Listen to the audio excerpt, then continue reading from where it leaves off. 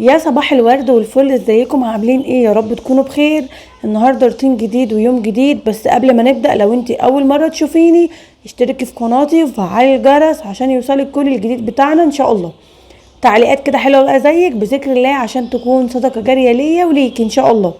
ما تنسيش تحطي اللايك الحلو وتشير الفيديو عشان يوصل لاكبر عدد من الناس. تعالوا بقى اقول لكم جبت ايه النهارده. مشترياتي مدمره حياتي. جبت بقى اوكسي ب 25 جنيه عشان خاطر اغسل البطاطين وكده. خدت شويه منه كده في البلاستيكيه الكبيره دي، ودي اسهل طريقه تغسلي فيها البطانيه في البيت. هتجيبي طبق بلاستيك كبير كده وتحطي فيه البطانيه وتنقعيها حوالي نص ساعه. تحطي معاها شويه كلوريكس الوان وشويه مسحوق، اي مسحوق بتحبيه. وجبت دوني يا جماعه ب 8 جنيه، وجبت صابون سائل ب 5 جنيه. والكولوريكس ده اللي انتوا شفتوه ده كولوريل، ده تقليد مش كولوريكس، ده مصري. احنا عاملين مقاطعه زي ما انتوا عارفين، فاحنا لازم نكون شاطرين كده ونكون قد المسؤوليه. كولوريل ده مصري او كولوريل كولور عامه، هي شركه مصريه ما علينا. المهم هنا بقى فاضي الدوني على ما انقع شويه البطانيه عشان تنضف. طبعا البطاطين احنا كنا بنستخدمها زي ما قلت لكم، كنا بننام في الاوضه بره اللي فيها التكييف عشان خاطر الحر، فانا كنت بستخدمها فمش نظيفه، فعشان كده هغسلها. طبعا لو انتي اشطر مني وغسلها بقى بعد ما الشتا خلص على دخول الصيف اللي فات، يبقى انتي شاطره مفيش مشكله ما تغسليهاش. لكن انا زي ما قلت لكم استخدمتها فهغسلها عشان كده. بسيبها منقوعه شويه. حطيت بواقي المعطر اللي هو الدوني دون الملابس في البلاستيكايه، ريحته حلوه قوي يا جماعه. وهسيبها بقى منقوعه شويه وبعد كده ارجع اشطفها يا جماعه معاكم. عايزه اقول لكم يعني كمان الصابون السائل ده حلو ب5 جنيه بس حلو. المهم هنا بقى بعد ما سبتها رجعت لكم تاني. هبدا بقى انا ارفعها كده. عايزه اقول لكم تقيله قوي، خفت بصراحه على الحوض يتكسر.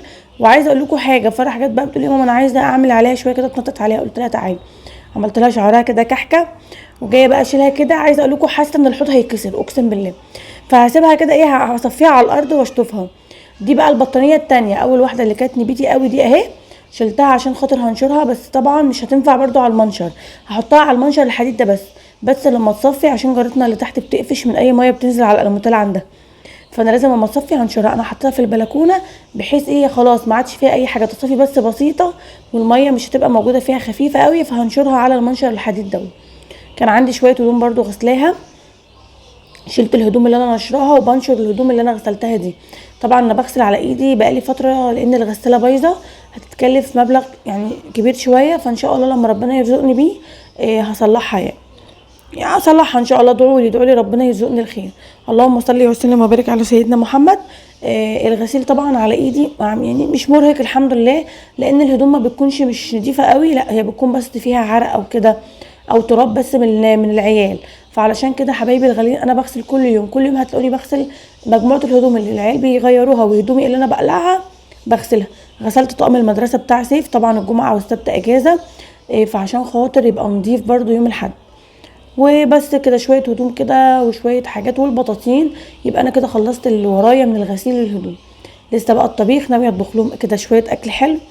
وكمان يا جماعه زي ما انتم شفتوا في اول الفيديو هوريلكم دلوقتي انا اشتريت حاجه بحبها قوي، ويعني كنت بقى عايزه اجيبها من زمان، بس كل ما اجيبها يحصل حاجه وتبوظ عندي.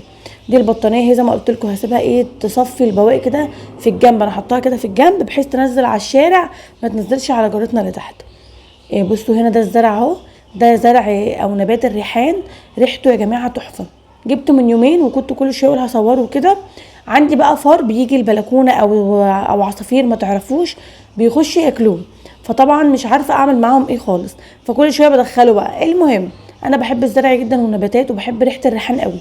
تعالوا بقى نشوف هنعمل النهارده غدا ايه. معانا فرخه فروخه غسلناها حلوه قوي ونضفناها، غسلناها بالطحينه والدقيق والليمون وبودره جنزبيل وكل الحاجات الحلوه دي. ومعانا كوسه متظبطه هي ومتقوره. ومعايا بقى هنا تتبيله الفراخ. اول حاجه هبدا بيها تتبيله الفراخ عشان بتاخد وقت، عشان احطها بقى على النار تستوي. انا هشويها النهارده ان شاء الله في الكيس الحراري. الكيس الحراري دون بيديكي احلى حاجه في الشوي. جبت اول حاجه بصلايه، معاها طماطمايه ومعاها فلفلايه، وضربتهم في الكبه. وبعد كده جبت شويه سكر صغيرين معلقه صغيره، وبهارات محشي كانت عندي بتدي برده ريحه حلوه قوي للاكل. وكمان جبت يا حبايب قلبي بهارات فراخ ومرقه دجاج، وكل ده قلبته كله كده مع بعض. اول حاجه الطماطم مع البصل مع الفلفل بتدي ريحه حلوه قوي لتتبيله الفراخ، فلفل رومي وفلفلايه واحده بس ضربتها في الكبه. وبعد كده زي ما قلت لكم شويه سكر، مرقه دجاج. لو عندك عسل ابيض حطي بدل السكر. هحط شويه زيت زيتون صغيرين عشان استفاد بالفايده بتاعته. حطيت معلقه صلصه وكمان كيس كاتشب. كل دي يا جماعه بتديكي نكهه حلوه قوي للفراخ. طبعا تتبيله الفراخ دي يعني العبي بقى فيها براحتك، بس اللي انا بقوله ده احلى حاجه جربتها لتتبيله الفراخ. وطبعا ما عنديش دبس رمان، بس لو كان عندي بيدي طعم حلو قوي. رخر انا حطيت سكر وكاتشب، الاتنين دول هيعادلوا لي الموضوع يعني هيعوضوني عن دبس الرمان. ولكن دبس الرمان يا جماعه حلو جدا جدا. طبعا غسلت الفرخه غسله محترمه كده بالطحينه والدقيق زي ما قلت لكم والخل والكلام ده، مفيش فيها زفاره خالص ما شاء الله. جبت بقى التتبيله بتاعتي القمر دي، وكمان حطيت في التتبيله فلفل اسمر. هقلب بقى الفرخه في التتبيله وهدعك كل حته بالفرخه بالتتبيله بتاعتي، وتحت الجلد هحط من التتبيله. عايزه اقول لكم الريحه بتاعت التتبيله تحفه. طبعا حطيت شويه ملح صغيرين وهسيبها يعني ممكن تسيبيها طبعا ساعه 2 براحتك خالص، وممكن تدخليها على طول الفرن. بس انا يعني هدخلها لان انا مستعجله. جبت الكيس الحراري وعفرته بدقيق عشان الجلد بتاع الفرخه ما يلزقش فيه، واقفله وهحطه بقى في الصينيه بتاعتي. هجيب صينيه وهحط عليها ميه مغليه، هتشوفوني دلوقتي اهو. وهعمل بقى النهارده محشي مع الفرخه الحلوه دي. انا مجهزه التتبيله يا جماعه، بجهز التتبيله بتاعتي على بيات بحيث الوقت معايا ينجز. يعني مش عاوزه الوقت يبقى ضيق معايا، عايزه اخلص حاجتي بدري كلها، بحيث بعد المدرسه على طول بتاعه سيف لما بنرجع من المدرسه الغدا يكون جاهز زي ما انتوا عارفين. المهم انا هنا مجهزه كل حاجه. هغزغز بس الكيس الحراري غزغزتين 3 كده بالشوكه او بسكينه بوزها رفيع. وهجيب بقى الصينيه بتاعتي البايركس وهحط الفرخه واحط شويه ميه بتغلي. الميه دي بتبقى حلوه قوي، بتسوي لي الفرخه كمان حلو. طبعا الكيس الحراري احنا غني على التعريف، معانا حلوه جدا. هحط بقى الصينيه بتاعتي في الفرن على درجه حراره 200 وهسيبه بقى معايا. هتاخد معايا بالظبط ساعه، بس هتطلع احلى فرخه مشويه احلى من بره. هجيب بقى الحله بتاعتي وهحشي احشي كوسه كده. انا بعمل صف كوسه، صف فلفل، صف بتنجان. والبتنجان يا جماعه ما انا محمراه هو والفلفل. بحب كده احمر البتنجان والفلفل بيكون زي العسل. ومعايا بقى هنا ميه، ما عنديش شوربه، فهجيب ميه واحط عليها مرقه عشان خاطر اسقي المحشي بتاعي.